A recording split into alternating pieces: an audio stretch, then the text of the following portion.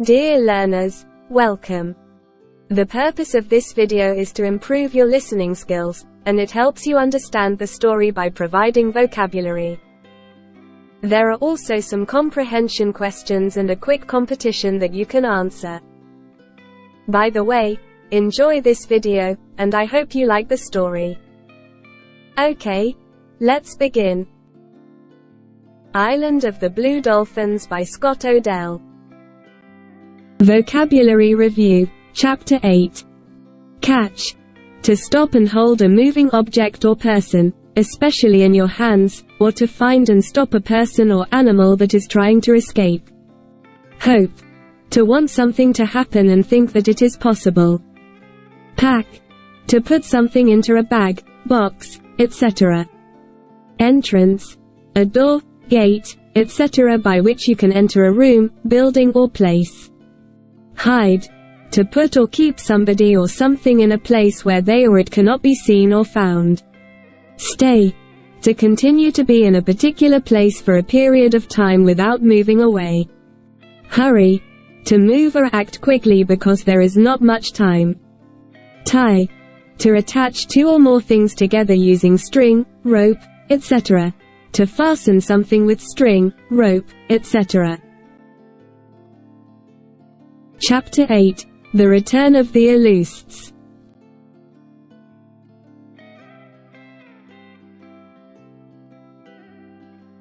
I did not catch the big devilfish that spring. Rontu and I often looked for him, but we never saw him.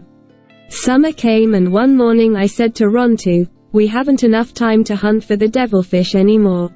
I need to collect shellfish for the winter. But if we see him, I'll try to catch him." So, I took the spear with me when we went to the cave. I paddled the boat to the rocks where the best shellfish live. The sea was low, and the rocks were covered with red shellfish. Before midday I had as many as I could carry. So, I tied up the boat, and Rontu and I climbed onto the rocks. I hoped to catch some fish for our evening meal. Blue dolphins were swimming on the far side of the kelp beds. Otter were playing the usual games in the kelp. And hundreds of birds were fishing for shellfish that grow on the kelp. The birds pick them up and carry them high into the air. Then they drop them onto the rocks, and the shells break. After that, the birds just fly down and take the meat. Shellfish were falling on the rocks like rain. I was not surprised by this, but it frightened Rontu. We reached the place where the biggest fish live. I caught two with big heads and long teeth. These fish are very nice to eat, and I gave one to Rontu. He ran in front of me when we were walking back. But suddenly he stopped. He dropped his fish and looked over the side of the rock. I moved up close to him. There was a devilfish in the clear water. It was the big one that we were looking for.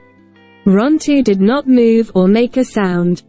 I fixed the special spearhead to my spear and tied the long string to my arm. The devilfish did not move. The water was not deep, and I could see his eyes clearly. They stood out from his head like yellow stones in the middle of black spots. A fish was hiding in a space between two rocks. One of the devilfish's arms moved slowly into the space. It went past the fish, and then the end of it turned back. The arm caught the fish very softly from behind. I threw my spear at the devilfish's head. The big head was quite close to me, but I missed it.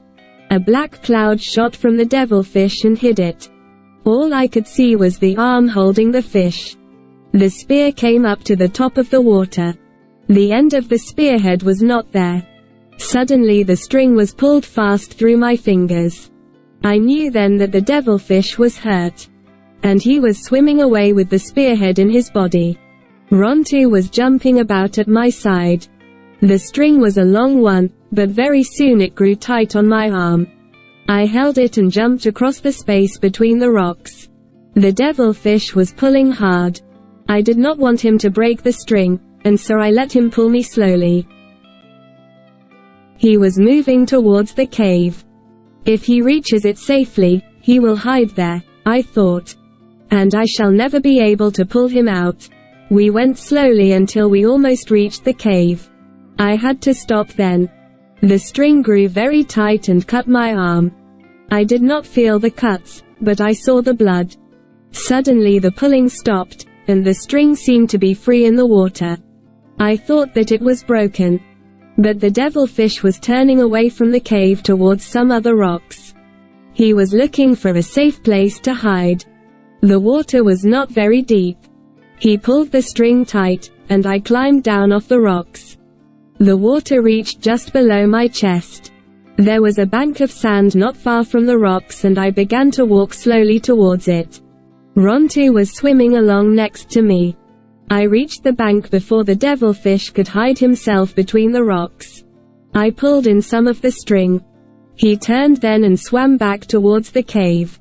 He turned 3 times, and each time I pulled in more of the string.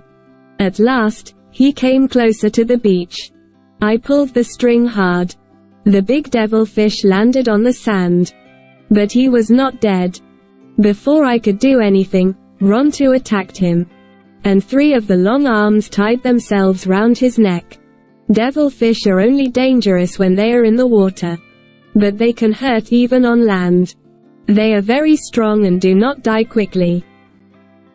He was trying to reach the water and was pulling Rontu with him.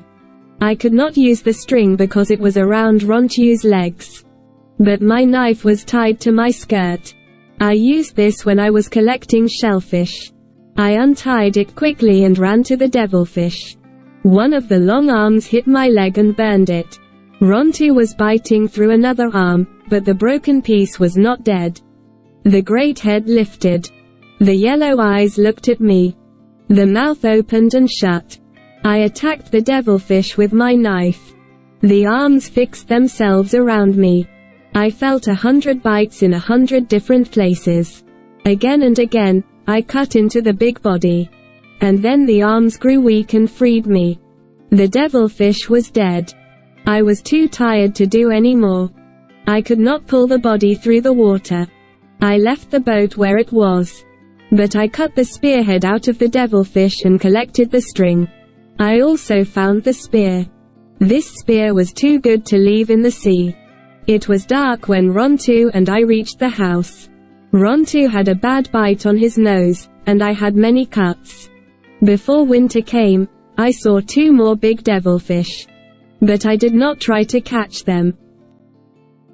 Every day I looked across the sea, but I never saw the red sails of the eleft hunters. I had to be ready for them. So, I packed the things that I did not often wear, my new skirt, the shoes, and my beads. I made a big box for my 2 birds.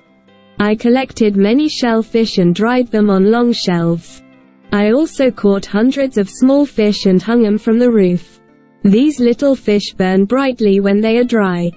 And they gave me light in the dark evenings. Rontu and I traveled far that summer. We went to many places by boat. We visited the beach where the sea elephants live. We discovered another big cave that I called Black Cave. And we paddled to Tall Rock, where large black seabirds make their homes. Tall Rock was 2 miles from the island. There were so many birds that the black rock seemed a living thing. I killed 10 birds on our first visit. And I kept the feathers to make a skirt. Rontu and I were both afraid of Black Cave. Its mouth was very small. We had to lie down in the boat before we could go in. There were many rooms in this cave, and they were all dark. I saw a shelf of rock along one wall. Strange people and animals were sitting on this shelf. They were made of wood and feathers, and their eyes were small seashells. They seemed quite as tall as I was. Their arms and legs were long, and their bodies were short. I paddled back to the mouth of the cave, but we were too late to leave. The sea was high, and the boat could not pass out of the cave through the little hole. "We shall have to stay here until morning," I said to Rontu. It was a very uncomfortable night. I could not look at the shining eyes of those strange shapes. I knew that they were made by my own people. But I was afraid and hid myself at the bottom of the boat. I did not sleep at all. Morning came at last. The sea started to go down, and I paddled fast out of that dark place. Rontu was pleased to be free, too. I do not know the old name of that cave, I said to him. But we will call it Black Cave, and we will never go into it again. I loved my pretty new feathers. And I shall never forget the day I decided to get some more. I killed 10 more of the blackbirds and we returned from Tall Rock in the afternoon. I hid the boat in its usual place and climbed the cliff. Before I left, I stopped at the top of the cliff and looked back. Many birds were fishing for shellfish in the kelp. The air and the sea looked very clear. There were some small clouds far across the water. The smallest cloud did not look like the others. I watched it. It was a ship. It was a ship with 2 sails, but I could not yet see their color. Perhaps it was the white men's ship. Rontu and I hurried home. I put the feathers by the fence and climbed the high rock. The sun was low, and its yellow light covered all the sea. Even now, I could not see the color of the sails. But suddenly I remembered. The white men's ship came from the east. This ship was coming round the island from the north. It was an left ship. I went to the house and packed a few more things. I put the 2 birds into their box. I collected together my stone pots, my spears, my bow and arrows, and the feathers. The shellfish were not yet dry, so I had to leave them. I put everything next to the hole under the fence. It was almost dark, but I climbed the rock again. The ship was traveling fast and was already near the beach. The color of the sails was quite clear at last, they were red. I knew that the Alus could not leave their ship until the morning. I was quite safe until then, but I did not wait. There was a lot of work to do. I carried everything to the cave in the ravine. I could hide there because it was a secret place. But before I left my house, I covered my fire with earth. I threw the shellfish and the little fish lights into the sea. I threw sand over the floor and over my footprints. The place looked old and empty when I left it. Nobody will know that a girl was living here, I thought. The sun came up, and I looked down at the beach. Small boats were carrying things from the ship to the sand. Some Alus were already hunting otter in the kelp. There was a fire on the beach. And next to the fire I saw a girl. She was cooking something, and the fire was shining on her hair. Rontu and I went back to the cave. It was a very dark place. Rontu hated the small entrance hole. I had to go in and out many times before he followed me. I was tired and slept all that day. The stars were shining when I woke up. I could see their light between the spaces in the rocks. I got up then and went out. Comprehension questions. 1. Where do the best shellfish live? 2. How does Karana describe devilfish's characteristics and its dangerousness? 3. What do Karana and Rontu discover when they travel far that summer? 4. Where does the left ship come from? 5. Who does Karana see next to the fire on the beach?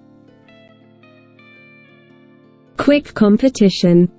Read the sentences below and find the correct adjective, adverb, verb etc. used in the story. 1. We haven't, blank, time to hunt for the devilfish anymore. Enough or sufficient. 2. A fish was hiding in a space, blank, 2 rocks. Amid or between. 3. Rontu was pleased to be, blank, 2. Free or in prison. 4. Rontu and I were, blank, afraid of Black Cave. All or both. 5. I could hide there because it was a, blank, place. Secret or public. Thank you for listening to this chapter. Now, read the comprehension questions again and try to find the answers in the story. Then, do the quick competition part. Also, the answers are in the explanation part of the video. Check out your answers over there. Moreover, Don't forget to subscribe for the new episodes. If you like this chapter, click the like button. To make this project more effective and beneficial, let me know in the comments below.